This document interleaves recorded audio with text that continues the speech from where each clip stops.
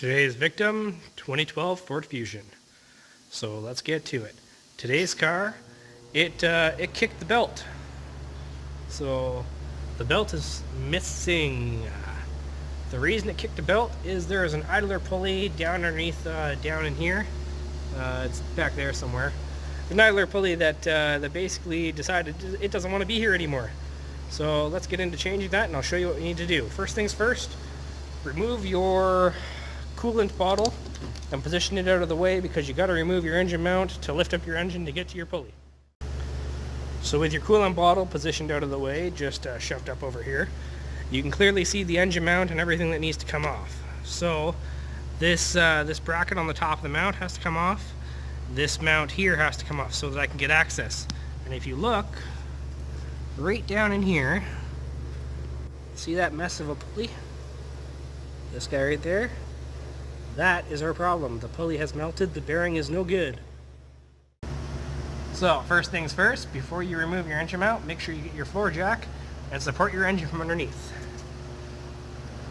Then we're going to come up here and we're going to remove the big bolt here for the mount. We're going to remove this little 8mm to get rid of this guy, and we're going to remove these two guys here, and we'll get that bracket right out of the way, and then we'll get this mount out of the way. So now with the engine supported and the bolts and everything removed from this bracket, we can just lift up on this guy and get him right out of there. So now is a good time to inspect your engine mount, which is this guy here. This one's fairly new, it's already been replaced. Now these commonly go bad, and when they go bad, it sounds like you've got a vibrating noise coming from the passenger side floor of your vehicle. It is the harmonics of this thing vibrating and vibrating through your vehicle. Makes it sound like it's coming from the floor, but really it's a bad mount. So if you have that symptom on your 2010 to 2012 Ford Fusion with a 2.5, but it's probably the same for almost any of the engines because I think they all share the common mount. If you have that vibration from your car, it'll typically be under your first acceleration. So either under a heavy acceleration or accelerating uphill, and you've got like a vibration coming from your passenger floor, change your mount. With the bolts for the mount out of the way and taken out, the mount just slides right up out of place. So these two, oh, I dropped the one. So I typically try and leave the two bolts into the mount because they generally come out with it. The one that I dropped is just sitting right there. So we'll get that, and now you can get a good look at that pulley. So we're going to jack up the engine, change the pulley, and then put everything back. Alright, so now with the engine successfully jacked up, this guy down here, it looks like a 10. It is a 10. We're going to loosen this guy, and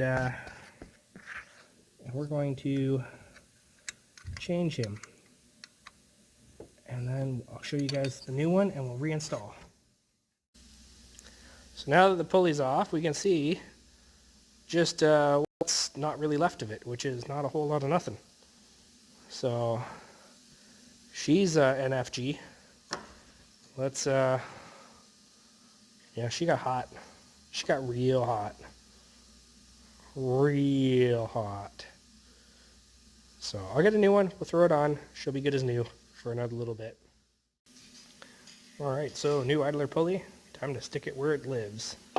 Somewhere right down in here. She lives just over yonder. Let's put her home, and I'll show you guys how to reinstall the engine mount and everything. Once you have verified that your new pulley is sitting where it should, you can then proceed to install your belt. Alright, so make sure you install your serpentine belt properly. I like to do it while the motor mount is still out so that we can get access to everything. Once everything's done, you got the top mount in, bottles back in, have somebody start it up, verify everything works, which it does, and stick a fork in it and call it done.